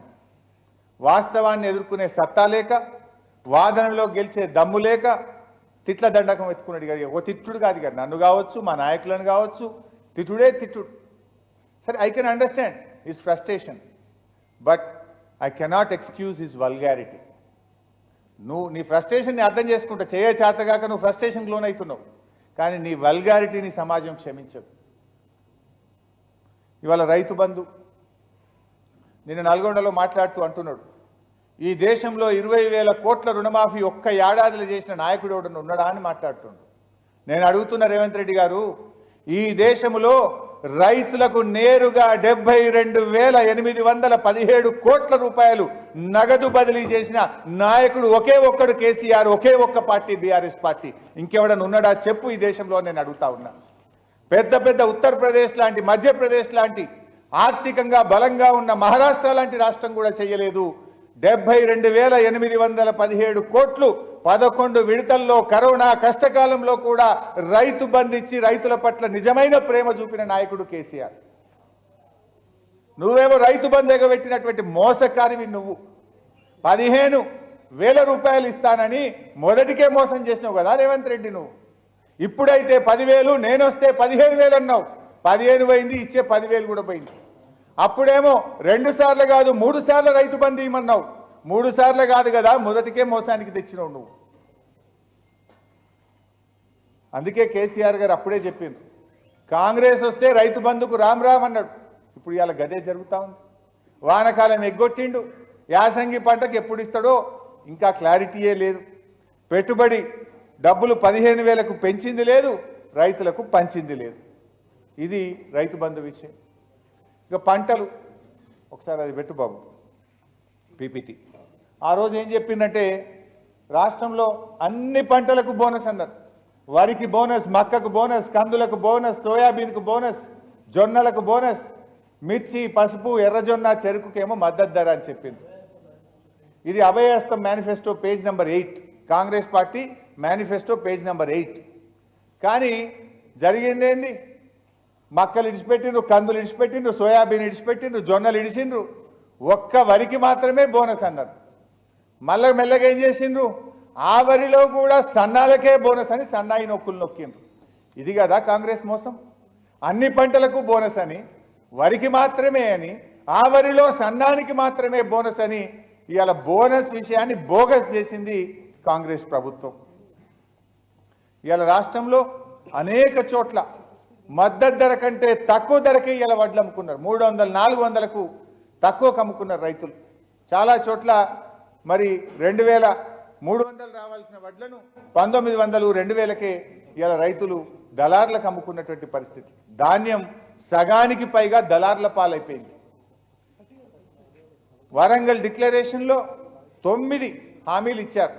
నేను అడుగుతున్నా రేవంత్ రెడ్డి గారు, కాంగ్రెస్ పార్టీని, వరంగల్ డిక్లరేషన్లో రైతులకు ఇచ్చిన 9 హామీల్లో ఒక్క హామీ అయినా అమలు చేశారా అని నేను అడుగుతా ఉన్నా. రాహుల్ గాంధీ వచ్చి స్వయంగా విడుదల చేసిండు. 9 హామీల్లో ఏ ఒక్క హామీ కూడా అమలు చేయకుండా రైతుల్ని మోసం చేసినటువంటి ప్రభుత్వం కాంగ్రెస్ ప్రభుత్వం. మొన్న అసెంబ్లీలో బడ్జెట్లో మీరు కూడా చూశారు, వ్యవసాయ కూలీలకు ప్రతి నెల 1,000 రూపాయల చొప్పున 12,000 రూపాయలు ఇస్తామని చెప్పి బడ్జెట్లో 1,600 కోట్లు పెట్టారు. భట్టి విక్రమార్క అసెంబ్లీలో చదివారు బడ్జెట్లో, వ్యవసాయ కూలీలకు ఈ సంవత్సరం నుంచే ప్రతి ఏటా 12,000 రూపాయలు ఇస్తామని భట్టి విక్రమార్క గారు చదవగానే ముఖ్యమంత్రి గారు, మంత్రులు, కాంగ్రెస్ ఎమ్మెల్యేలు జబ్బలు జరుచుకున్నారు, బల్లలు జరుచుకుంటూ కూర్చున్నారు. మరి ఏమై డిసెంబర్ అయిపోయింది, 9 నెలలు అయిపోయింది. ఈ ఆర్థిక సంవత్సరంలో ఆల్రెడీ 9 నెలలు అయిపోయింది. ఇక మిగిలింది 3 నెలలే. మరి ఎప్పుడు ఇస్తారు వ్యవసాయ కూలీలకు ఏటా 12,000 అని నేను అడుగుతా ఉన్నా. బడ్జెట్లో మీరు ఎన్నికల మేనిఫెస్టోలో పెడితే అమలు చేయకపోతే, బడ్జెట్లో పెట్టింది కూడా అమలు చేయలేదంటే మిమ్మల్ని ప్రజలు ఎట్లా నమ్మాలి అని నేను అడుగుతా ఉన్నా. వ్యవసాయ కూలీలకు మోసం, కౌలు రైతులకు మోసం, రైతులకు మోసం. కౌలు రైతులకు ఆ రోజు ఏమన్నారు? కౌలు రైతుకి ఇస్తాం, రైతుకు ఇస్తాం, రైతుకి ఇచ్చామని కౌలు రైతుకి ఎగ్గొట్టం, కౌలు రైతుకి ఇచ్చామని రైతుకి ఎగ్గొట్టమన్నారు. ఇద్దరికి ఎగ్గొట్టారు. నా రైతుకి ఇయ్యలే, నా కౌలు రైతుకి ఇయ్యలే. ఎవరికి ఇయ్యలే రైతు బంధు. ఇది జూటా మాటల కాంగ్రెస్. ఇకపోతే నిరుద్యోగులు. యాక్చువల్గా చెప్పాలంటే నిరుద్యోగుల రెక్కల కష్టంతో రేవంత్ రెడ్డి గద్దెనెక్కింది. వీళ్ళు ఏం చేసింది ఆ రోజు? రాహుల్ గాంధీ, రేవంత్ రెడ్డి అశోక్ నగర్ సెంట్రల్ లైబ్రరీకి పోయి నిరుద్యోగులతో మీటింగ్ పెట్టి నమ్మించి మొదటి సంవత్సరంలోనే 2 లక్షల ప్రభుత్వ ఉద్యోగాలు ఇస్తామని, ఉద్యోగం దొరికేదాకా 4000 భృతి ఇస్తామని, పిల్లలకు పోటీ పరీక్షలకు ఫీజు లేకుండా చేస్తామని వాళ్ళను నమ్మించి, వాళ్లకు బస్సులు ఇచ్చి, ఊర్లల్లో తిప్పి, తల్లిదండ్రుల కాళ్ళు మొక్కిచ్చి నిరుద్యోగుల రెక్కల కష్టం మీద గద్దెనెక్కిండు రేవంత్ రెడ్డి. కానీ అధికారంలోకి రాగానే ఆ నిరుద్యోగుల డొక్కల గుద్దిండు, నిరుద్యోగుల రెక్కలు విరిచిండు రేవంత్ రెడ్డి. ఒక్కటన్నా అమలు చేసినావా? పోటీ పరీక్షలకు ఫీజు లేకుండా చేస్తా అన్నావు, కానీ ముక్కు వింటి ఫీజు వసూలు చేసినావు. 2 లక్షల ఉద్యోగాలు ఇస్తా అన్నావు. నీ ఏడాది పాలనలో నువ్వు ఉద్యోగాలకు ఇచ్చిన నోటిఫికేషన్ 12,000, నువ్వు ఇచ్చిన ఉద్యోగాలు 6,000. మిగతాయన్నీ కేసీఆర్ గారి ప్రభుత్వ హయాంలోనే నోటిఫికేషన్ ఇచ్చి, పరీక్ష పెట్టి, ఫలితాలు ఇచ్చి, వాటికి మాత్రం కేవలం అపాయింట్మెంట్ ఆర్డర్ మాత్రమే ఇచ్చి నీ ఖాతాలో వేసుకునే ప్రయత్నం చేస్తున్నావు. ఏవి 2 లక్షల ఉద్యోగాలు అని అడుగుతా ఉన్నా. స్వయంగా ప్రియాంక గాంధీతో చెప్పించినావు 4,000 భృతి ఇస్తా అని చెప్పి. ఏది నీ 4,000 నిరుద్యోగ భృతి అని అడుగుతా ఉన్నాం. నిరుద్యోగులకు ఇచ్చిన ఏ ఒక్క హామీ కూడా అమలు చేయని పార్టీ కాంగ్రెస్ పార్టీ. ఆ రోజు ఫ్రంట్ పేజ్లో యాడ్లు ఇచ్చిండ్రు, జాబ్ క్యాలెండర్ వేస్తామని. అసెంబ్లీలో ఒక జాబ్ క్యాలెండర్ ఇచ్చారు, మీరు కూడా చూశారు ఆ రోజు. ఏం లేదు, అది జాబ్లెస్ క్యాలెండర్. అది జాబ్ క్యాలెండర్ కాదు, జాబ్లెస్ క్యాలెండర్ రేవంత్ రెడ్డి గారు ప్రకటించింది. ఆ జాబ్లెస్ క్యాలెండర్ని చూసి నిరుద్యోగులంతా కూడా నివ్వరబోయిన పరిస్థితి. ఆ రోజు మేము లేచి ఇదేం జాబ్ క్యాలెండర్, మాకు మైక్ ఇవ్వండి అంటే సభను వాయిదా వేసుకొని పారిపోయిండ్రు తప్ప కనీసం శాసనసభలో మైక్ కూడా ఇవ్వలేదు. ఈ జాబ్ క్యాలెండర్ ఎట్లుందంటే రాజుగారి దేవత వస్త్రాల వలె ఉంది. ఒక కాంగ్రెస్ వాళ్ళకే జాబులు కనబడుతున్నాయి తప్ప నిరుద్యోగులకు కనబడతలేవు, రాష్ట్ర ప్రజలకు ఆ జాబులు మాత్రం కనబడతలేవు. ఇక డిఎస్సి గ్రూప్ 2 వాయిదా వేయమంటే నిరుద్యోగుల మీద లాఠీలు ప్రయోగించిండు. సరస్వతి నిలయమైన చిక్కడపల్లి సెంట్రల్ లైబ్రరీ, అశోక్ నగర్ ప్రాంతాలు నిరుద్యోగుల ఆక్రందనలతో దద్దరిల్లిపోయినటువంటి పరిస్థితి. జీవో 29 రద్దు చేయండి, ఎస్సీ ఎస్టీ బీసీ మైనార్టీలకు అన్యాయం జరుగుతుందంటే వాళ్ళ వీపు విమానం మూత మోగించిండు తప్ప కనీసం పట్టించుకున్న పాపానికి పోలే. అంటే ఈ రకంగా నిరుద్యోగులకు మోసం చేసినాడు. ఇక గురుకులాలకైతే రేవంత్ పాలనలో గ్రహణం పట్టింది. మా సబితక్క నాయకత్వంలో ఆ రోజు బ్రేక్ఫాస్ట్ పథకం తెచ్చాం. ఇక మేము ఉదయం పూట పిల్లలకు బ్రేక్ఫాస్ట్ తెచ్చే పథకం తెచ్చాం. కేసీఆర్ గారు పిల్లలకు సన్న బియ్యంతో కడుపు నిండా అన్నం పెట్టే కార్యక్రమం చేశాడు. కేసీఆర్ గారి ప్రభుత్వం 298 గురుకులాలను 1022కు పెంచింది కేసీఆర్ గారి ప్రభుత్వం. అట్టడుగు వర్గాల పిల్లలకు అద్భుతమైనటువంటి విద్యను అందించాం. పిల్లలు ఎవరెస్ట్ శిఖరాన్ని అధిరోహించేంత గొప్పగా ఆ పిల్లలు ఎదిగారు. ఎంతోమంది పిల్లలు డాక్టర్లుగా, ఇంజనీర్లుగా, సివిల్ సర్వెంట్స్గా ఉన్నతమైనటువంటి ఉద్యోగాలు పొందారు. విదేశాల్లో వెళ్ళి చదివేంత గొప్పగా గురుకులాలను తీర్చిదిద్దింది బీఆర్ఎస్ ప్రభుత్వం. కానీ రేవంత్ రెడ్డి గారి ప్రభుత్వం వచ్చినాక ఇందాక చూసాం, పాలమాకుల గ్రామంలో శంషాబాద్ దాటిన తర్వాత ఆ రోజు నేను సబితక్క పిల్లలందరూ రోడ్డు మీదకి వచ్చి ఈ పురుగులన్నం మాకొద్దు అని ఏడుస్తూ ఉంటే మేము హాస్టల్కి పోతే కళ్ళ నీళ్లు పెట్టుకున్నారు. సార్ మేము ఈ పురుగులన్నం, ఈ గొడ్డు కారం తినలేకపోతున్నాం, అడిగితే మమ్మల్ని కొడుతున్నారని చెప్పి ఆ పిల్లలు, ఆడపిల్లలు కళ్ళల్లో నీళ్లు పెట్టుకున్నారు. ఈ రేవంత్ పాలనలో పాము కాట్లు, కుక్క కాట్లు, ఎలక కాట్లు, విద్యుత్ షాకులు, ఈ రకంగా దాదాపు 49 మంది పిల్లలు చనిపోయినారు. ఈ రాష్ట్రంలో వేలాది మంది పిల్లలు ఆసుపత్రుల పాలైపోయినారు. సాక్షాత్తు ముఖ్యమంత్రి నిర్వహిస్తున్న ఎస్సీ ఎస్టీ మైనారిటీ శాఖల్లోనే ఇంత దారుణమైనటువంటి పరిస్థితులు మనం చూసాం. ముఖ్యమంత్రిగా రేవంత్ రెడ్డి సాధించిన రికార్డు ఏమైనా ఉందంటే తన నేరపూరిత నిర్లక్ష్యంతో 49 మంది గురుకుల విద్యార్థులను బలి తీసుకున్నాడు ఇవాళ రేవంత్ రెడ్డి గారు. ఎంతోమంది తల్లిదండ్రులకు గుండెకోత మిగిలింది. ఇక పల్లెలు పట్టణాలు మీరు చూశారు, ఆ మధ్య పల్లె ప్రగతి పట్టణ ప్రగతి కేసీఆర్ గారి హయాంలో ప్రతి నెల క్రమం తప్పకుండా పల్లెలకు నిధులు పోతా ఉండే, పట్టణాలకు నిధులు పోతా ఉండే. రేవంత్ రెడ్డి వచ్చిన ఏడాది కాలంలో పల్లె ప్రగతి నుంచి నయా పైసా ఇయ్యలే, పట్టణ ప్రగతి నుంచి నయా పైసా ఇయ్యలే. సరే నీకు పేరు నచ్చలేదేమో పల్లె ప్రగతి పట్టణ ప్రగతి, పేరు మార్చిన డబ్బులు ఇవ్వాలి కదా. నీ ఏడాది పాలనలో రాష్ట్ర ప్రభుత్వం నుంచి పల్లెలకు కానీ పట్టణాలకు కానీ ఎందుకు నిధులు విడుదల చేయలేదు అని మేము అడుగుతా ఉన్నాం. పల్లెలన్నీ మురికి కూపాలుగా తయారవుతున్నాయి. అక్కడ పనిచేస్తున్న పంచాయతీ సెక్రటరీలందరూ అప్పుల పాలైనటువంటి పరిస్థితి. ఇవాళ హరితహారం కింద పెట్టిన మొక్కలకు నీళ్లు పోసే దిక్కు లేక పల్లెల్లో పట్టణాల్లో మొక్కలు ఎండిపోతున్నటువంటి పరిస్థితి ఇవాళ రేవంత్ పాలనలో చూస్తూ ఉన్నాం. ఇవాళ పారిశుభ్రత లోపించి దోమలు పెరిగినాయి. పెద్ద ఎత్తున రాష్ట్రంలో మలేరియా, చికెన్ గున్యా, డయేరియా, రకరకాల వ్యాధులతో వందలాది మంది ప్రాణాలు కోల్పోయారు. పేద మధ్యతరగతి ప్రజలు ఆసుపత్రుల పాలై అప్పుల పాలైపోయిన నీ ఏడాది పాలనలో. చివరికి ఎందాకొచ్చిందంటే తెలంగాణలో అనారోగ్యకర పరిస్థితులు ఉన్నాయి, అక్కడికి పోతే మీకు చికెన్ గున్యా వస్తుందని చెప్పి అమెరికాలోని అంటువ్యాధుల నియంత్రణ కేంద్రం ఆ దేశ పౌరులను హెచ్చరించేటువంటి పరిస్థితి వచ్చింది. ఇది మన రాష్ట్రానికే కాదు దేశానికి కూడా అవమానకరం. అమెరికా ప్రభుత్వం అమెరికా పౌరులను హెచ్చరించింది, తెలంగాణ పోయారు జాగ్రత్త, అంత చికెన్ గున్యా వస్తున్నది, మీరు తెలంగాణకు పోతే చికెన్ గున్యా వస్తుంది జాగ్రత్త అని ఆ దేశ పౌరులను అమెరికా హెచ్చరించే పరిస్థితి వచ్చిందంటే ఈ రాష్ట్రం పరువు ఈ రేవంత్ రెడ్డి తీసినట్ట కాదా? కేసీఆర్ గారేమో రాష్ట్ర గౌరవాన్ని రాష్ట్ర ప్రతిష్టను పెంచితే నువ్వేమో రాష్ట్ర పరువును గంగపాలు చేసింది రేవంత్ రెడ్డి గారు. ఇక విద్యార్థులకు మోసం అయిపోయింది, నిరుద్యోగులకు మోసం అయిపోయింది, ఉద్యోగులను కూడా మోసం చేసింది. ఆ రోజేమో ఉద్యోగులను నమ్మించడానికి మేము రాగానే 6 నెలల్లో పీఆర్సీ అమలు చేస్తాం, రాగానే 3 డిఏలు ఇస్తాం, మీ పెండింగ్ బకాయిలన్నీ విడుదల చేస్తాం అని చాలా గొప్పగా ఉద్యోగులకు చెప్పింది. పీఆర్సీ ముచ్చటనే లేదు. 6 నెలలు ఏడాది నిండే పీఆర్సీ గురించి ఊసేలేని పరిస్థితి. 3 డిఏలు పోయి 5 డిఏలు వస్తే 1 డిఏ ఇచ్చిండు, పండుగ చేసుకోండి అన్నాడు. ఇంకా 4 డిఏలు పెండింగే ఉన్నాయి. పెండింగ్ బకాయిల గురించి మాట్లాడే పరిస్థితే లేదు.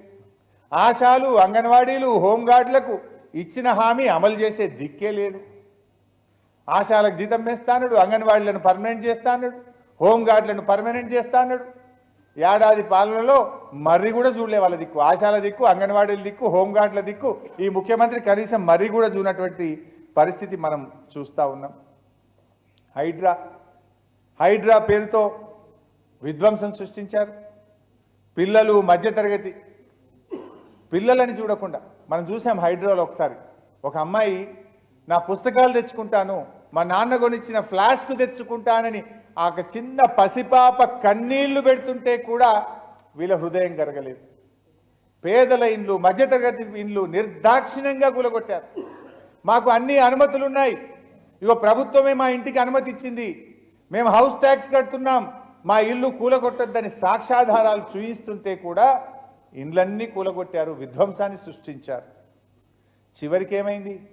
ప్రజల్లో తిరుగుబాటు వస్తే, నిరసన పెరిగితే నాలుక గరుచుకొని ఇక కూలగొట్టమంటారు.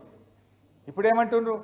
ఎవరైతే ఇళ్లల్లో ఉంటున్నారో వాళ్ళని కూలగొట్టం, కొత్తగా కట్టేవి మాత్రమే కూలగొట్టము అంటున్నారు. మరి కూలగొట్టిన వాళ్ళ సంగతి ఏంటి? ఇలా విధ్వంసం జరిగింది కదా, చాలా మంది ఇండ్లు కూలగొట్టి రోడ్డు మీదకి తెచ్చినావు కదా, మరి ఆ కూలిన ఇండ్లకు ఎవరు నష్టపరిహారం ఇస్తారు? కూలిన ఇండ్లకు ఎవరు బాధ్యత వహిస్తారు? వాళ్ళు అనుభవించిన క్షోభకు ఎవరు బాధ్యత వహిస్తారో ఇలా రేవంత్ రెడ్డి గారు సమాధానం చెప్పాలి. కొద్దివే అయిపోయాయి, మరి వాళ్ళ ఆ ఇల్లు వాళ్ళందరూ రోడ్ల మీదకి వచ్చింది.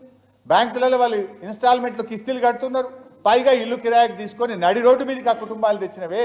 ఇది నీ అనాలోచిత చర్య, నీ తొందరపాటు చర్య, నీ ఆగమాగం చర్యల ఫలితంగా కొన్ని వందల మంది పేద కుటుంబాలను రోడ్డు మీదకి తెచ్చావు. ఇక మూసి ఈ రేవంత్ రెడ్డి రాగానే కొత్తలో ఒకటి లంక బిందెల కథ చెప్పాడు, మీ అందరికి గుర్తే ఉంటుంది.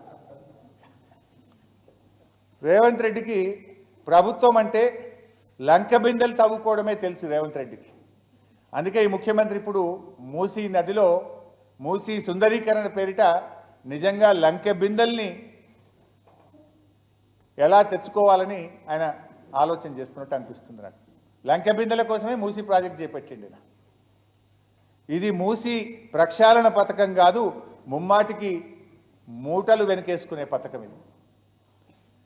మూసీని ప్రక్షాళన చేయడమే నిజంగా నీ లక్ష్యమైతే నీళ్లు శుభ్రం చేసే దగ్గర నీ ప్రయాణం ప్రారంభం కావాలి. నీళ్లు శుభ్రం చేసే దగ్గర నీ ప్రయాణం ప్రారంభం కావాలి. నదిని ప్రక్షాళన చేయడం అంటే నదిలోకి మురికి నీళ్లు పోకుండా చేయి. నదిలోకి కేసీఆర్ గారు డిపిఆర్ తయారు చేసిన విధంగా కొండ పోచమ్మ సాగర్ నుంచి గోదావరి నీళ్లు తెచ్చి నదిలో పోయి. కానీ నువ్వు ఎక్కడ స్టార్ట్ చేసినావు? నదిని ప్రక్షాళన చేసే దగ్గర చేయలే, నువ్వు ఇండ్ల కూల్చివేలతో నువ్వు ప్రారంభం చేసినావు. అంటే ఆ ఇండ్ల కూల్చివేత వెనుక ఉన్న కుట్రేంది? భూములు ఆక్రమించాలి, రియల్ ఎస్టేట్ వ్యాపారం చేయాలి, తన అనుయాయులకు పంచిపెట్టాలి. నిజానికి మూసీ ప్రక్షాళన బీఆర్ఎస్ పార్టీ ప్రారంభించింది. దాంట్లో భాగంగానే 21 ఎస్టీపీల నిర్మాణం శరవేగంగా పూర్తి చేసింది. నిజాయితీ ఉంటే ఎలా రేవంత్ రెడ్డి గారు మిగతా ఎస్టీపీలు కట్టి గోదావరి నీళ్లు తెచ్చి మూసీని శుభ్రం చేయాలి. ఇలా 16,000 కోట్ల రూపాయలతోనే మూసీలోకి స్వచ్ఛమైన గోదావరి జలాలు పారించడానికి బీఆర్ఎస్ పార్టీ ప్రణాళిక రూపొందించింది. కానీ రేవంత్ రెడ్డి గారు ఆ 16,000 కోట్ల పథకాన్ని పక్కన పెట్టి 1,50,000 కోట్ల రూపాయలతోని మూసీ పేరిట ప్రజాధనాన్ని దుర్వినియోగం చేయాలని కుట్ర చేస్తూ ఉన్నాడు. ఈ పథకం మూసీ ప్రక్షాళన పథకం కంటే కూడా ప్రజల సొమ్ము భక్షాలన పథకంగా పేరు పెట్టాలి. 16,000 కోట్లతో మూసీలో స్వచ్ఛమైన గోదావరి నీళ్లు పారించవచ్చు. ఆ పని ఎందుకు పక్కన పెట్టినావు? ఆల్రెడీ బీఆర్ఎస్ ప్రారంభించినటువంటి ఆ ప్రయత్నాన్ని ఎందుకు పక్కన పెట్టినావు? నీ ప్రయత్నం మూసీ ప్రక్షాళన, మూసీ పేరిట నిధుల భక్షాలన. నీ మూసీ ప్రక్షాళన అయితే నువ్వు మురికి నీరు రాకుండా చేయి, స్వచ్ఛమైన గోదావరి నీళ్ళని తెచ్చి ఆ మూసీలో పారించే ప్రయత్నం చేయి. అది కాకుండా నువ్వు 1,50,000 కోట్లతో పేదల ఇల్లు గులగొట్టా, పేదల భూములు లాక్కుంటా, అక్కడ ఏదో ముజాహిద్ ఇల్లు గులగొట్టి మహల్ కడతా అంటే మేము ఊరుకోవడానికి సిద్ధంగా లేము. మొన్న గులగొట్టింది ముజాహిద్ అని ఒక ఆయన, పాపం 4 మగపిల్లలు, ఒక ఆడపిల్ల, 5 ఉంటారు వాళ్ళ ఇంట్లో. అందరి పెళ్ళిళ్ళు అయినాయి. 8 రూములు ఉంటాయి వాళ్ళకు. 8 రూములు ఉన్న ముజాహిద్ ఇల్లు గులగొట్టిండు. ఒక డబుల్ బెడ్రూమ్ ఇచ్చి అందులో పోయి ఉండు అన్నాడు. మరి అవుతుందా అది? ఇప్పుడేమంటాడు, ముజాహిద్ ఇల్లు ఉంటేనేమో నష్టమట, మాల్ కడితే మాత్రం పర్వాలేదట. ముజాహిద్ ఇల్లు గులగొడతా, మాల్ కడతా అంటాడు రేవంత్ రెడ్డి. అంటే ఇది తప్పు. నువ్వు మూసీ సుందరీకరణ కాదు, మూసీ ప్రక్షాళన చేయమని బీఆర్ఎస్ పార్టీ ప్రశ్నించింది. ఆ మాట అన్నందుకు ఎంత అనాగరికంగా రేవంత్ రెడ్డి మాట్లాడతారంటే, ప్రతిపక్ష నాయకుడిని పట్టుకొని మూసీలో పడిచేస్తావని శాపనార్థాలు పెట్టినటువంటి సంస్కారహీనుడు ఈ రేవంత్ రెడ్డి. ఇవాళ మూసీ నిర్వాసితులు కానీ, హైడ్రా బాధితులు కానీ కంటికి మంటికి ఏకదారంగా ఏడుస్తూ ఉన్నారు. నీ ఏడాది పాలన మీద 7 దోషుల మట్టి పోసి ఇవాళ శపిస్తూ ఉన్నారు మూసీ బాధితులు, హైడ్రా బాధితులు. ఇప్పటికైనా వాళ్ళని ఆదుకో. ఇక ఫార్మాసిటీ, గతంలో ఫార్మాసిటీ కోసం బీఆర్ఎస్ పార్టీ 14,000 ఎకరాల భూసేకరణ చేసింది. ఆ రోజు ఇదే రేవంత్ రెడ్డి, బట్టి విక్రమార్క, సీతక్క గారు, కోదండరెడ్డి గారు వీళ్ళందరూ కూడా అక్కడికి వచ్చి కాంగ్రెస్ వస్తే మీ భూములు మీకు వాపస్ ఇస్తాం, ఫార్మాసిటీని రద్దు చేస్తామని ఏకబిగిన చెప్పారు. ఆ రోజు మమ్మల్ని బదనాం చేసే ప్రయత్నం చేసిండ్రు. ఇప్పుడేం చేస్తున్నారు? లేలే 14,000 జాలవి, ఇంకా 30,000 ఎకరాలు గుంజుకుంటాం, ఫార్మాసిటీని ఎత్తగొట్టం, 4th సిటీ పెడతా అంటుండే రేవంత్ రెడ్డి. అంటే నువ్వు మాట్లాడింది ఏంది, నువ్వు చేస్తున్నది ఏంది? ఆనాడేమో 14,000 ఎకరాలు వాపస్ ఇస్తాను, ఇవాళేమో 14,000 పక్కన ఇంకా 30,000 ఎకరాలు రైతుల భూములు లాక్కుంటా 4th సిటీ పెట్టా అని చెప్పి ఇవాళ రేవంత్ రెడ్డి గారు మాట్లాడుతుండ్రు. ఈ ఫార్మాసిటీని పక్కన పెట్టిండు, లగచర్లకు బయలుదేరిండు, న్యాల్కల్ మండలానికి బయలుదేరిండు. అంటే అక్కడ కొత్తగా మళ్ళీ భూములు సేకరిస్తా అని చెప్పి మళ్ళీ స్టార్ట్ చేసిండు. అంటే అందుకే మనం చూసాం, ఈ కొత్తగా మళ్ళా పల్లెల్లో భూములు తీసుకుంటే లగచెర్ల రైతులు తిరగబడ్డారు, న్యాల్కల్ రైతులు నిరసనలు తెలియజేస్తున్నటువంటి పరిస్థితి కూడా మనం చూస్తున్నాం. గిరిజనులు తిరగబట్టి ఇప్పుడు మళ్ళీ కొత్త నాటకం పెట్టిండు. లేలే ఫార్మాసిటీ కాదు ఇండస్ట్రియల్ ఎస్టేట్ అట. ఫార్మా అయితేంది, ఇండస్ట్రియల్ అయితేంది, గుంజుకునేదైతే గిరిజనుల భూములే కదా. బంగారం లాంటి పంటలు పండే మా భూమిలో తొండలు గుడ్లు పెట్టవని మాట్లాడుతున్నావు రేవంత్ రెడ్డి. వచ్చి చూడు అని గిరిజన ఆడపిల్లలు పొలాలను చూయించుకుంటా మాట్లాడుతుంటే నీకు మరి చెవులు వినబట్టలేవు, నీ కళ్ళు కనబట్టలేనట్టు కనబడతా ఉంది. బంగారం లాంటి పంటలు పండుతున్నాయి, తొండలు గుడ్లు పెట్టవని మమ్మల్ని గిరిజనుల్ని అవమానపరుస్తున్నావని గిరిజనులు తిరగబడుతున్నారు. నువ్వు అక్కడ ఫార్మాసిటీని రద్దు చేసి ఇండస్ట్రియల్ సిటీ కాదు మా భూములు ఇవ్వమంటున్నారు. మొన్న మా కేటీఆర్ చెప్పినట్టు నీకుంది కదా 500 ఎకరాల భూమి, ఆ భూమి అక్కడ పెట్టు ఇండస్ట్రియల్ ఎస్టేట్ కల్వకుర్తిలా. పేదలకు ఉద్యోగాలు, నీకు నిజంగా అంత ప్రేమ ఉంటే గిరిజనుల భూములు కాపాడు. ఇవాళ ఇంకొక విషయం మీరు కూడా గమనిస్తున్నారు, తన ఫెయిల్యూర్ను ప్రతిపక్షాల మీద వేస్తాడు రేవంత్ రెడ్డి. ఏదైనా ఫెయిల్ అయిందనుకో, ఇది ప్రతిపక్షాల కుట్ర అంటాడు. ఆయన ఫెయిల్యూర్ని ఆయనకు ఒప్పుకునే గుణం కూడా లేదు. ఫెయిల్యూర్ను ఒప్పుకోవాలి, దాన్ని సరిచేసి ముందుకు పోవాలి ఒక ముఖ్యమంత్రి. అప్పుడు ప్రజాస్వామ్యం గొప్పగా ఉంటుంది, నీ పరిపాలన బాగుంటుంది. కానీ ఆ ఫెయిల్యూర్ను దాటవేయడానికో, ఆ ఫెయిల్యూర్ను కప్పిపుచ్చుకోవడానికో, ప్రజల దృష్టి మరల్చడానికో ప్రతిపక్షాల మీద నెపం పెడుతుంటాడు మన రాష్ట్ర ముఖ్యమంత్రి. ఎక్కడ నిరసన చెలరేగినా, ప్రభుత్వంపై ప్రజలు తిరగబడినా ప్రతిపక్షం కుట్ర అని ప్రచారం చేయడం రేవంత్ రెడ్డికి రివాజుగా మారింది. వరద బాధితుల నుంచి హైడ్రా బాధితుల దాకా, లగచెర్ల నుంచి దిలావర్పూర్ దాకా, నిరుద్యోగుల నుంచి పోలీసుల దాకా ఎవరు రోడ్డెక్కినా వారి వెనుక ప్రతిపక్షమే ఉందంటాడు రేవంత్ రెడ్డి. చివరికి గురుకుల పాఠశాలలో ఫుడ్ పాయిజన్ అయి పిల్లలు ఆసుపత్రుల పాలైతే, పిల్లలు చనిపోతే దాని వెనుక కూడా ప్రతిపక్షం కుట్ర ఉందంటాడు.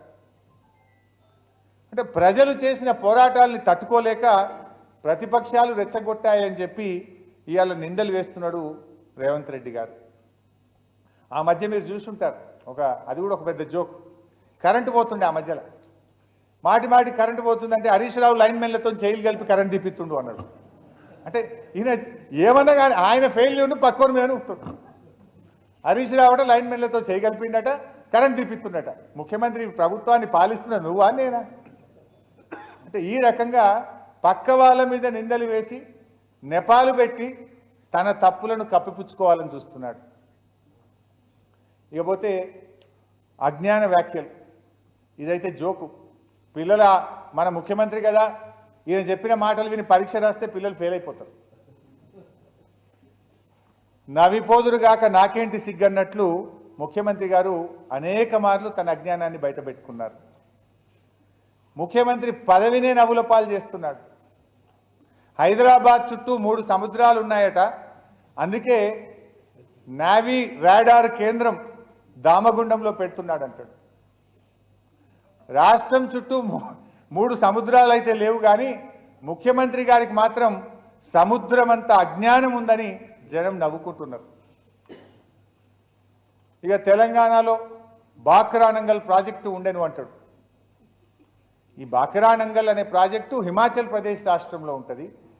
బాక్రా నంగల్ 2 వేరు ప్రాజెక్టులు. ఆ స్థలాల ఆధారంగా దానికి బాక్రా అనే ఒక ప్రాజెక్టుకు, నంగల్ అనే ఒక ప్రాజెక్టుకు పేరు వచ్చింది. 2 కలిపి బాక్రా నంగల్ అని పిలుస్తారు. అది హిమాచల్ ప్రదేశ్లో ఉంటే అది తెలంగాణ రాష్ట్రంలో ఉండను అంటాడు మన ముఖ్యమంత్రి. ఇక హైదరాబాద్లో దిల్సుఖ్ నగర్లో విమానాలు అమ్ముతున్నారు అంటాడు. మరి నాకైతే కనవలేదు, మరి మీకు ఎవరికైనా కనబడ్డా? అదే విమానాలు అమ్ముతున్నారు అంటాడు. ఇక 10 ఏళ్ల బీఆర్ఎస్ పాలనలో ఒక్క ఉద్యోగం ఇవ్వలేదంటాడు. ఆర్థిక శాఖను అడిగితే చెప్పరా? జీతాలు ఇచ్చే ఆర్థిక శాఖలో ఎవరినైనా అడిగితే చెప్పరా? పనిచేసిన ఉద్యోగులను అడిగితే చెప్పరా? 1,60,000 ఉద్యోగాలు బీఆర్ఎస్ పాలనలో ఇచ్చిన విషయం రాష్ట్ర ప్రజలకు తెలుసు, ఉద్యోగాలు పొందిన తమ్ముళ్లకు చెల్లెళ్లకు తెలుసు. అంటే అబద్ధం ఆడినా అతికేటట్టు ఉండాలి, నోటికొచ్చినట్టు. ఒకసారి ఎప్పుడో మాట్లాడుతూ మల్లన్న సాగర్లో 50,000 ఎకరాలు మునిగిపోయింది, మల్లన్న సాగర్ నిర్వాసితులకు ఒక్కిళ్ళు కూడా కట్టలేదని మాట్లాడింది. నేను సవాల్ విసిరినా, తోక ముడిచాడు. ఇలా రికార్డులు చూసినా తెలుస్తుంది, అక్కడికి పోయినా తెలుస్తుంది. మల్లన్న సాగర్లో మునిగింది 50,000 ఎకరాలు కాదు, 14,000 ఎకరాలని. మల్లన్న సాగర్ నిర్వాసితులకు 3,000కు పైగా అద్భుతంగా ఇండియాలో ఎక్కడ లేని విధంగా డబుల్ బెడ్రూమ్ కాలనీ కూడా అక్కడ పోతే కనబడదా? అంటే ఆ రకంగా అబద్ధాలు మాట్లాడుతున్నారు. దావోస్కు పోయిన ముఖ్యమంత్రి గారు ఆడ కూడా తన అజ్ఞానాన్ని బయట పెట్టుకున్నాడు. ఆ దావోస్లో కూడా ఇండియా టుడేకి ఒక ఇంటర్వ్యూ ఇస్తూ ఏమంటాడు, IT and pharma is a nuclear chain reaction అన్నాడు. అదేందో ఆ భగవంతునికే తెలియాలి, లేదంటే ఆ రియాక్షన్ ఏందో రాహుల్ గాంధీ గారు వచ్చి చెప్పాలి. ఒకసారి ఆ వీడియో చూద్దాం, అది కూడా మీకు కూడా ఒక ఐడియా వస్తుంది. చూపి బాబు.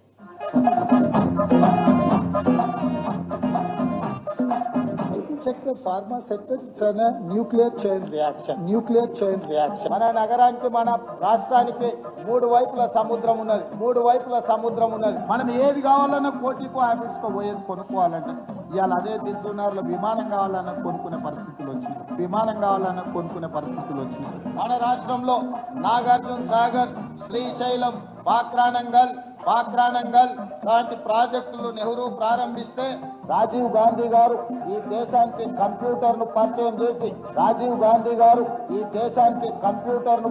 చేసి ఏంటనే పేరు సత్యనారాయణ విప్రోకో ఇన్ఫోసిస్కో సిఇఓ అయితే ఈ రకంగా తన పరువు తాను తీసుకోవడం కాదు, రాష్ట్రం పరువు తీసేస్తుంది. ఆ ముఖ్యమంత్రి కుర్చీకున్న పరువుని తీసేస్తున్నాడు. ఇక తిట్ల పురాణం, అది మీకు తెలియదేం కాదు. ఆ తిట్లన్నీ చూస్తుంటే నాకైతే ముఖ్యమంత్రి గారికి వాళ్ళు ఒక బిరుదు ఇవ్వాలనిపిస్తుంది. దుర్భాష దురంధరుడు. ఈ ముఖ్యమంత్రికి తప్పకుండా ఒక బిరుదు ఇవ్వాల్సిందే. దుర్భాష దురంధరుడుగా రేవంత్ రెడ్డికి మనం ఇవాళ నామకరణం చేయొచ్చు. ఏం మాట్లాడతాడు?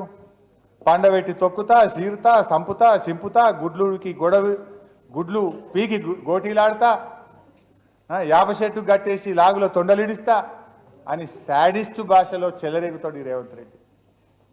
బుల్డోజర్తో తొక్కిస్తా, మానవ బాంబులై చంపిస్తా అని టెర్రరిస్టులా రెచ్చిపోతాడు రేవంత్ రెడ్డి. నా కొడుకల్లారా ఒక్కొక్కరిని పండబెట్టి తొక్కుతా, పేగులు తీసి మెడలేసుకొని ఊగుతా అని ఉన్మాదిలాగా వాగుతాడు రేవంత్ రెడ్డి. బాడీ షేమింగ్కు బ్రాండ్ అంబాసిడర్ ముఖ్యమంత్రి. పసిపిల్లల్ని సైతం బాడీ షేమింగ్ చేసిన రేవంత్ రెడ్డి నాలాంటి వాళ్ళని చేయడంలో పెద్ద ఆశ్చర్యం లేదు. ఎప్పుడో ఒక్కసారి మాట దూలడం ఎవరి విషయంలోనైనా జరగవచ్చు, కానీ ప్రతిసారి మాట దూలడం, మాట్లాడితే బూతులే మాట్లాడడం సీఎం రేవంత్ రెడ్డికి అలవాటైపోయింది. రాజకీయ పరిభాషను దిగజార్చడంలో ఈ రాష్ట్రంలో ఎవరన్నా ఉన్నారు అంటే ఆ ప్రథమ స్థానం రేవంత్ రెడ్డికే దక్కుతుంది. ఆ యనుముల వారి నోట జాలువారిన ఆ ఆనిముత్యాలను కూడా ఒక్కసారి చూద్దాం.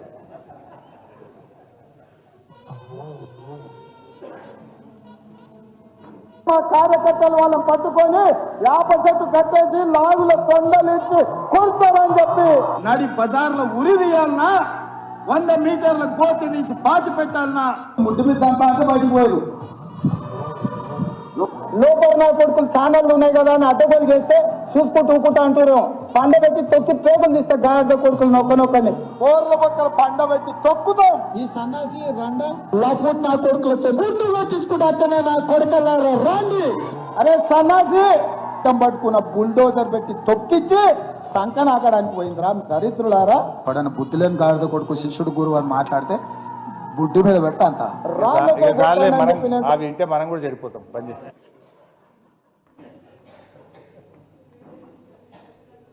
చిన్నపిల్లలు చూడగలరు అంటుంది అక్క. ఈ వీడియో రిలీజ్ చేస్తే చిన్నపిల్లలు చూడగలరు వద్దంటుంది.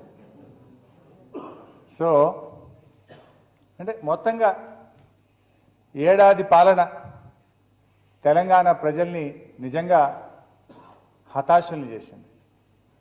మార్పు మార్పు అంటే ఏదో మార్పు జరుగుతుందని, 6 గ్యారంటీలు 13 హామీలు 100 రోజుల్లో అమలు చేస్తారు. ఇది సోనియా గాంధీ మాట, ఇది రాహుల్ గాంధీ మాట, ఇది ప్రియాంక గాంధీ మాట అంటే ఢిల్లీ వాళ్ళు వచ్చే మాటిస్తుండ్రు, నిజంగా అమలవుతుందేమో అని ప్రజలు ఆశించారు. కానీ ఆ ఆశించి నమ్మి ఓటేసిన ప్రజలు ఇవాళ హతాశులు అయిపోయింది, టోటల్లీ డిసప్పాయింట్ అయిపోయింది.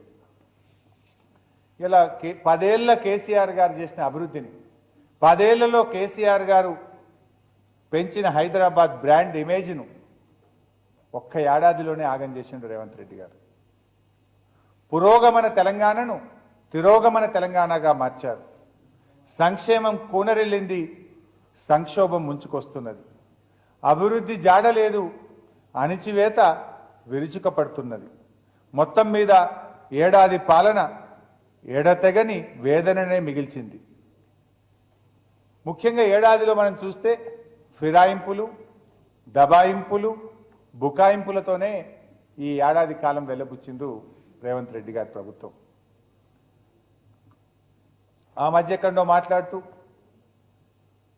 గౌరవనీయులు కేసీఆర్ గారు ఈ ఏడాది సమయంలో ప్రజలు ఏం కోల్పోయారో వారికి అర్థమవుతుంది అని కేసీఆర్ గారు అన్నారు. ఇది అక్షర సత్యం కూడా. ఈ సత్యాన్ని జీర్ణించుకోలేని రేవంత్ రెడ్డి చాలా ఎగతాళిగా మాట్లాడుతున్నాడు, ఎగిరెగిరి పడుతున్నాడు. తెలంగాణ ప్రజలు ఏం కోల్పోయిందో మనకు తెలియదు అబ్బాయి సార్.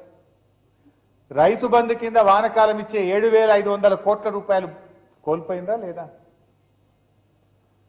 ఫీజు రియంబర్స్మెంట్ కింద ప్రతి సంవత్సరం ఇచ్చే 2,500 కోట్లు విద్యార్థులు కోల్పోయిందా లేదా?